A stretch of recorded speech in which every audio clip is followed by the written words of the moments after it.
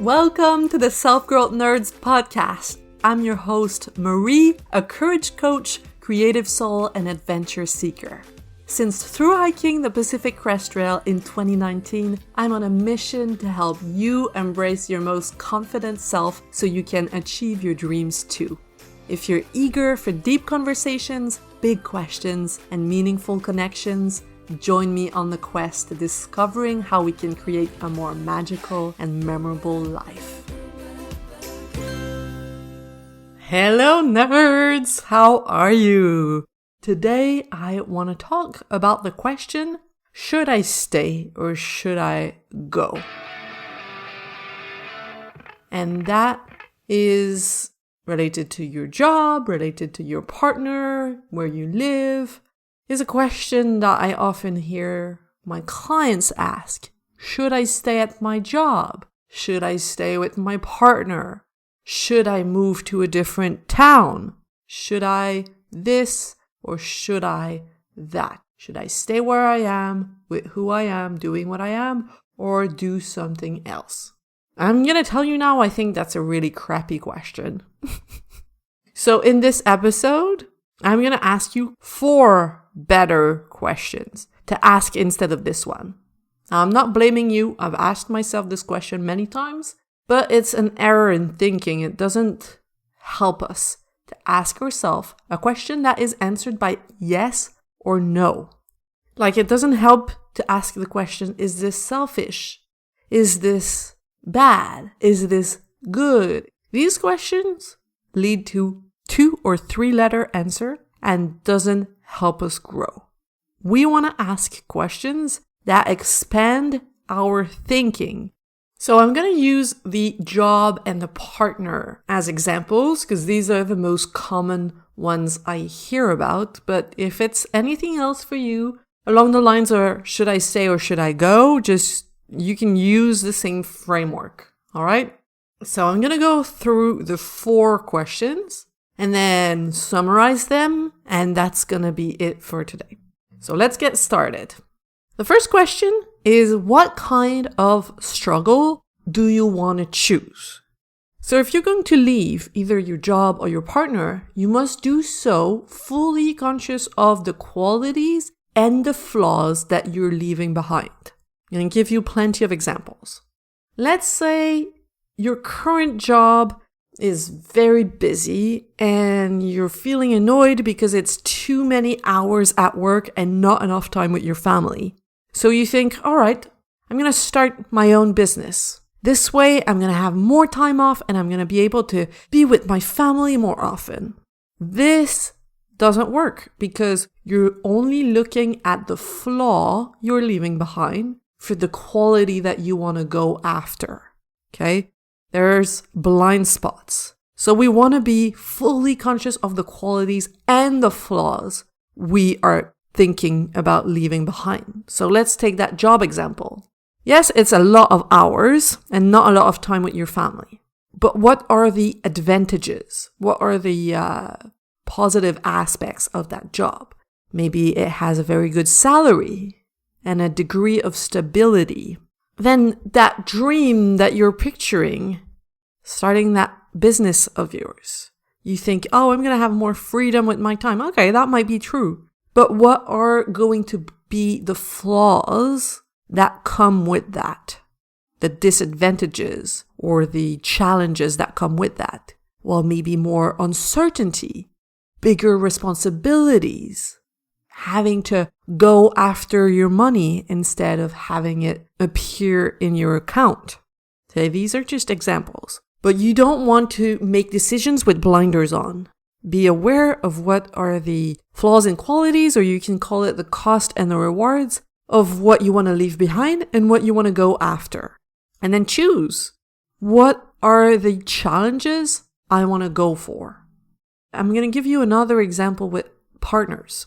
Okay, so let's say you're in your current relationship, you feel misunderstood because your partner is too rational. Okay, so you think, this person is too rational. I want to be with someone who's more artistic, more of a dreamer. That's going to be able to get lost with me. That's going to understand my emotions. That's going to connect on a deeper level. Okay, again, that sounds good, but you're missing a whole side of things. You're only looking at the flaw you want to leave behind for the quality that you imagine you would go for. So, what are your current partner's qualities? Their flaw are they're too rational, I feel misunderstood, etc. Their quality is maybe they're down to earth, maybe they're manual, maybe they are proactive in the house and they get a lot of house chore done. What are their qualities? And then what are going to be the flaws of that dream person that you have in mind? If there's someone that's connected to their emotions and spiritual, what could be a flaw that comes with that? Maybe they're not as comfortable with concrete skills. Maybe they don't think about going to the grocery store to get what's missing in the fridge. The thing is, it's so easy to choose a different job or a different partner based on the quality that you've been craving. But I think it's more helpful to think about it in terms of flaws. What are the flaws you're willing to handle or challenges? For example, I'm a business owner. I would much rather handle the uncertainty of having a business than the routine of being in a 9-to-5 job. That's personal. It's just you don't want to go into a new venture or a new relationship thinking that it's going to be better. Okay, it's going to be better and it's going to be worse. It's going to have qualities that you were missing in the previous one, and it's going to have new challenges. So be honest with yourself about what those new challenges are going to be and decide if they are challenges you want to deal with, that you're more interested to deal with than the previous ones. Before you make a big change, make sure you are doing so in full consciousness and be really thorough about the kind of flaws or challenges or disadvantages or costs that you are going to face or that you would potentially face in the decision that you're considering, in the new path you are thinking about taking. Don't just get excited about the good stuff. Carefully consider what's going to be more difficult too. Question number 2. What's it allowing you? What do the qualities and flaws of the job or the partner you already have allow you to do? It's so easy to focus on what you don't like, but you must also acknowledge what becomes possible because of the job you have or the partner you are with. Okay, for example, the stability of your current job might allow you to build a side hustle without too much worry. Or maybe if you have a more flexible job, maybe that flexibility allows you to go on vacation whenever you want. So you want to be grateful for that. And then the flaws, maybe the strict schedule that you have at your current job gives you a structure to follow that helps you feel calm. Or maybe the big responsibilities that you have in your current job are teaching you how to manage your mind on a high level in high pressure situations. And those skills are going to be transferable in the future. You have to be grateful for what your current situation allows you to do. Now let's look at partners. Maybe your partner's rational side helps you stay down to earth and more lighthearted. And without that, you might have a tendency to be more anxious. Maybe their lack of motivation teaches you how to motivate yourself and not depend on anyone. I know I've told you before about how in the beginning of my relationship with Ollie, I always wanted him to compliment my work. But it's not in his nature to do so. So I had to learn to give myself my own validation. And that is very valuable in itself. Because if I had a partner that always complimented my work, then I wouldn't learn to fulfill that need on my own. So whatever it is that you think your partner is not doing enough of, maybe it's teaching you to learn to do those things for yourself.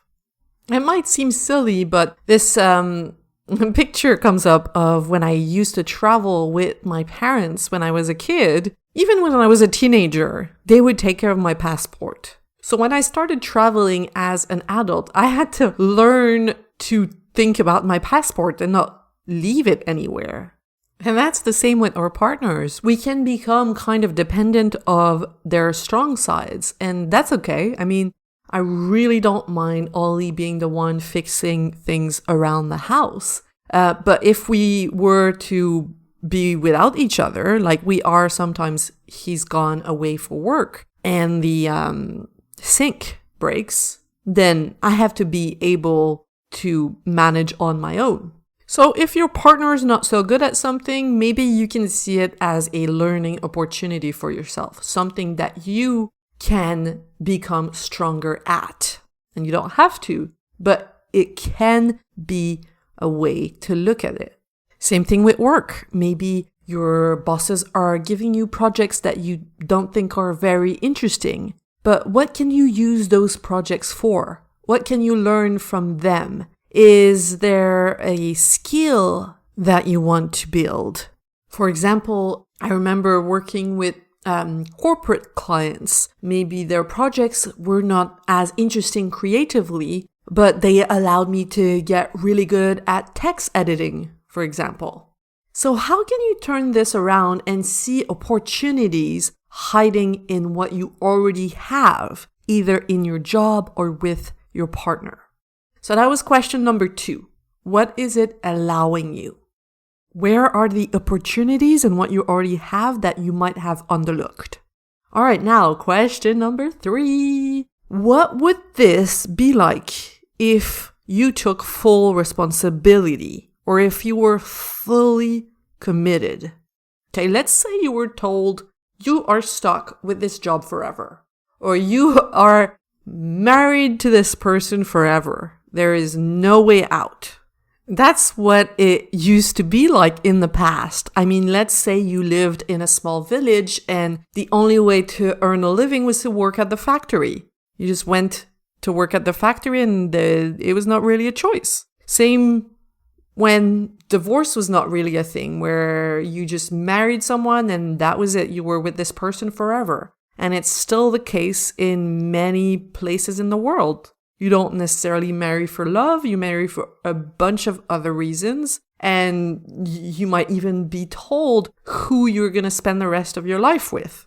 And while it's amazing that we have so many choices nowadays, that we have so much freedom, but there was also something good, something valuable about the simplicity of being told, there you go, this is your job and this is your person. What happens when we have too much freedom is we can spend a lot of time indulging in overthinking instead of just getting on with our lives and focusing on what we have to be grateful for. If you're always looking around at what would be better than what you have, then you're not looking carefully at what you have and you're not exploring deeply that job or that partner because you're focused on what could be better. You see what I mean?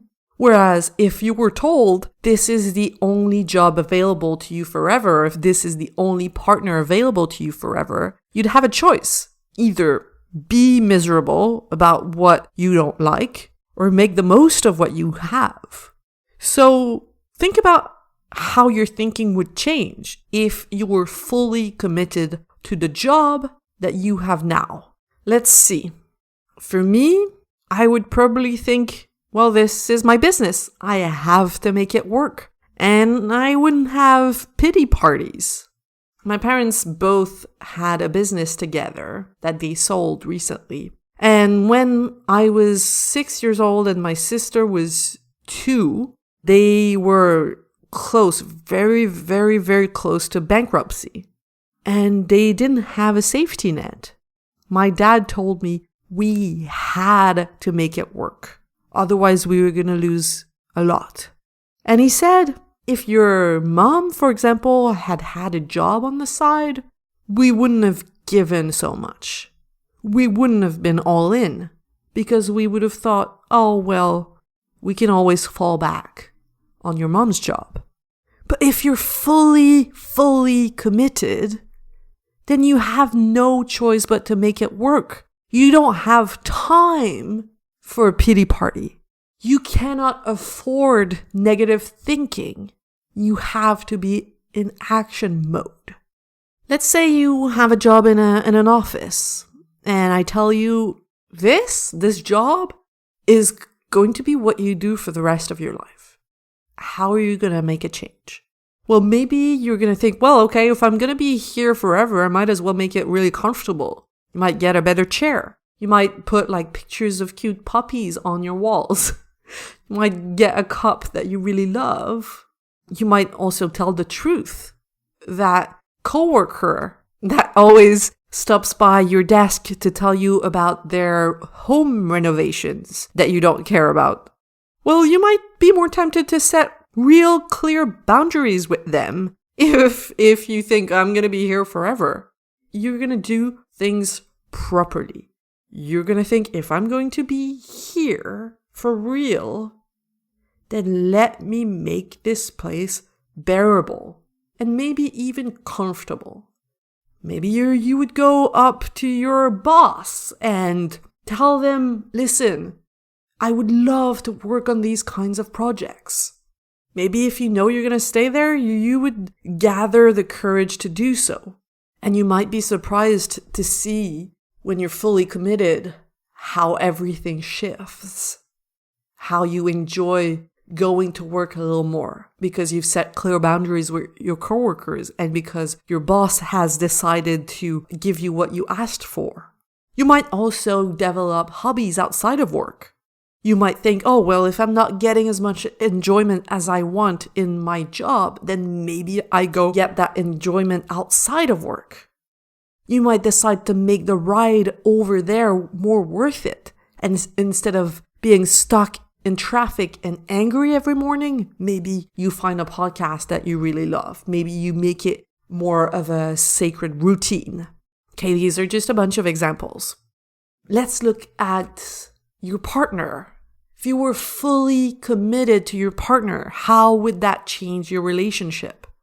If I was told that Ollie was the person I have to be with for the rest of my life, I would probably think, well, I'm pretty lucky. And of course, he has flaws. But it's like I would be even more grateful of his qualities and be like, well, if these are the flaws I'm stuck with, then that's not too bad. I can deal with them. And I can go get what I don't have with my partner somewhere else, in another relationship, with a friend, or in a hobby. What so often happens is that we look at our partner and their flaws and think, what if I could find someone who has the same qualities, but their flaws are just a little less annoying, and try to tweak like this for perfection. But if we were fully committed, we would double down on the qualities and have an easier time accepting their flaws. So ask yourself that question, just for fun. It doesn't mean that you need to stay where you are, but just ask yourself how it could be different if you were fully committed and you took full responsibility for making this job the best job you've ever had, and making this relationship the best relationship you've ever had. Now, question number 4. What would this be like if you managed your mind? So, how do you want to feel about your job? How do you want to feel about your relationship? Now, instead of attaching that to another job or to another partner, what if you could create it within the situation you're in? What would that require? And that seems a bit similar to the previous question, but stay with me. You'll see the difference. Let's say you tell me, I want to feel calm at work. I'm sick of my job. Performance is so important here in this company. They make me feel so pressured all the time. I wish I didn't care so much. I just want peace. Okay, so the circumstance here, neutral circumstance, is your job. Now, you feel pressure. What are the thoughts that make you feel pressure? Maybe your thought is, I will disappoint them if I do not perform to this high standard. And that creates the pressure. It's not the job that creates the pressure. It's not what your boss said that creates the pressure. It's how you think about that. So even if your boss saw what you did and said, this is not good enough, how you feel will depend on how you think about that circumstance. So let's say you think, oh, I want to feel peace, or I want to feel calm about the same situation. What would you have to think in the same high pressure job for you to feel calm? Maybe you'd have to think something like, I do my best and I give myself the permission to make mistakes. So even if your boss came and said, this is not good enough, if your thought to yourself is, well, I do my best and I give myself the permission to make mistakes, that can create calm no matter what the external situation is. Now, don't get me wrong, there are situations in which it's so much easier to feel calm. But those situations where it's a challenge are an opportunity, in a way, to learn to manage your mind on a higher level. If your boss says something like, this is not good enough, you have a choice. You can either make it mean something about you that you're not good enough, that they're disappointed that you should be better, or you can detach from this way of thinking and decide intentionally how you want to think. I know that I've done my best, and it's only human to make mistakes. Let's say you have a business and you think, I have a business, but I don't like it. I don't think it's a good idea for me. It makes me too anxious. I never know how much money I'm going to have next month. The circumstance here is your business, and you feel anxious about it. You don't feel anxious because of your business. You feel anxious because of your thoughts. So what are they? Maybe there's something like, I don't have enough clients and I don't know where to find more. So how do you want to feel? How do you wish you could feel about your business? Oh, I wish I could feel focused and determined. Okay, how do you need to think about this situation in order to feel focused? Well, I need to know how many clients I need exactly and believe I'm capable of finding them. Okay, so what would the thought be? The thought is, I need 5 clients and they are out there somewhere. If that makes you feel focused, then how is that going to influence how you act? Well, you might have a much easier time finding solutions if you have calmed your mind with a thought like this, instead of running in circles thinking about how you can't find enough clients. See what I mean? So you have to ask yourself, how do I want to feel? And how do I need to think in order to feel this way? Instead of blaming how you feel on the situation that you're in. And listen, I've told you, and I'm going to tell you again, you can always decide to put yourself in a situation where it's easier to manage your mind and feel good. That's fine. Just be honest with yourself about that.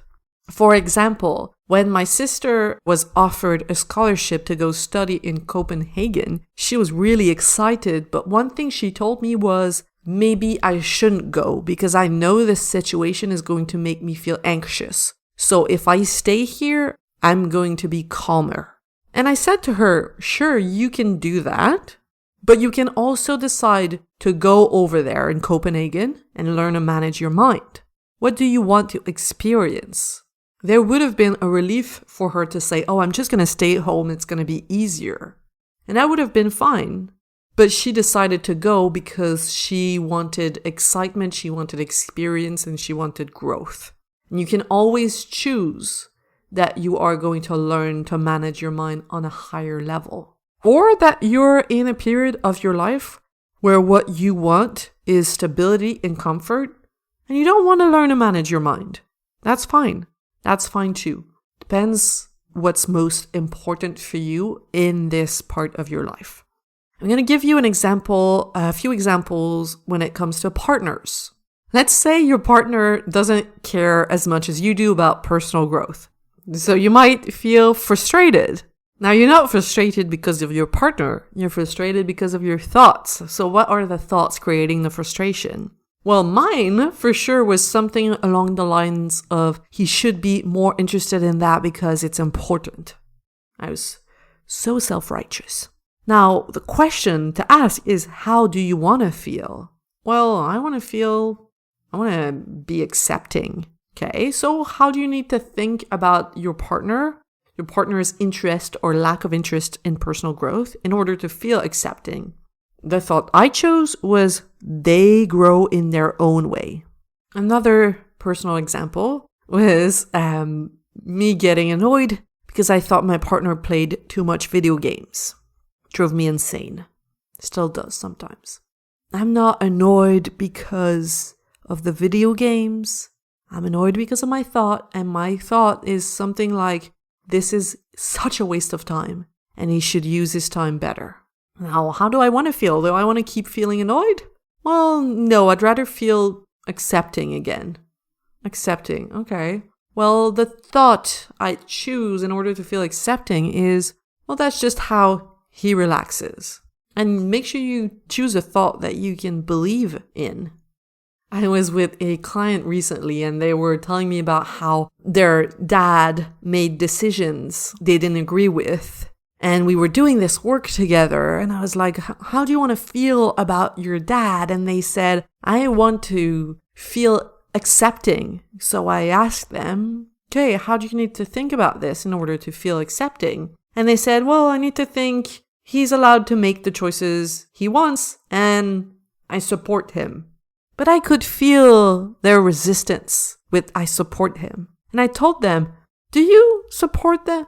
Do you support him? And they were like, no, I don't. So don't fool yourself. Don't try to think something you don't believe in. Choose a thought you can believe in. So this client ended up choosing the thought, he's allowed to make his own choices. He's allowed to make his own choices. That felt a little bit better than he's making awful choices. Now drop the thoughts you don't believe in. If you wouldn't wear it on a t-shirt, if you wouldn't write it on the board, don't try to make yourself think it. You can think, I hope to be able to think that one day, but I don't right now. Okay? It's too far out. Now, maybe you're in a situation where you don't want to change how you feel. Thing is, you don't have to feel accepting or calm or amazing about everything. You can decide to be angry, just as long as you're intentional about it. Let's say your partner never does chores around the house. You could say, this pisses me off. I want to be with someone who participates in household chores. That's it. That's all. Okay? You don't have to think, how do I want to feel? I want to feel accepting. If it's not something that you can get behind, that you want to feel accepting about, you don't have to. Same with the job. How do I want to feel about 40-hour weeks? I don't want to feel accepting of that. I want to feel angry about it. I think it's too much. And we should have more time for ourselves and our families, and I refuse to just sit there and be accepting of that. That's also fine, okay? You don't have to force yourself to feel a certain way about anything, but you just want to interrogate how you feel and if you want to keep feeling that way or if you want to feel different. It's just about being intentional. Okay, so let's summarize. I think that was a really long episode. Let's summarize. Instead of asking yourself, should I stay at that job or should I stay with this partner? Here are 4 better questions to ask that are going to expand your thinking more. Because if you just think, should I stay or should I go? You get yourself twisted in a knot. Okay, that's what I see so many people doing. They just go in circles in their mind and they're not able to make a decision because they don't ask good questions. So ask better questions. Ask questions that are going to help you see the issue in a different perspective. So, number 1, what kind of struggle do I choose? What are the flaws I'm willing to commit to? What's it allowing you? What you already have, the job you already have, or the partner you already have? What becomes possible because of them? What are the opportunities there? Question number 3, what would this be like if you were fully committed? If you were told this is your job forever or this is your partner forever, how would it change? How would you act differently? What would you do? And lastly, what would this be like if you managed your mind? What would this job be like if you intentionally decided how you want to feel and how you need to think to feel this way? And how would this relationship be if you intentionally decided how you want to feel about it and chose thoughts that allowed you to feel this way? Now ask yourself those 4 questions and see what comes up. All right? I hope this was helpful. You can always reach out to me with your insights. I love to hear from you. Just find me on Instagram at selfgrowthnerds and tell me if it helped you make a big decision, or if you have any questions. If some of this doesn't really make sense to you, just reach out and let me know.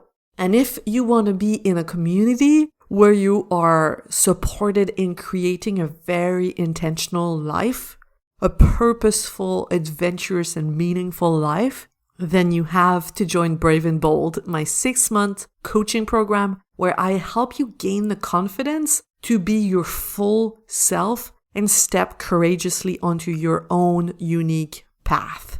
And this starts with being able to make intentional and courageous decisions. So I hope this week's episode was helpful, and I will talk to you next week. Bye-bye! You just listened to the Self-Growth Nerds podcast. Make sure to subscribe and to find me on Instagram at Self-Growth Nerds. If you want individual help developing the confidence to create a more meaningful and exciting life, visit selfgrowthnerds.com today to learn how. Finally, I want to thank my friend Etienne Galano for editing this, and I want to thank you, kind-hearted souls, for growing into your truest, most courageous selves every day and making this world a better, more beautiful place. My name is Marie, and I will talk to you next week.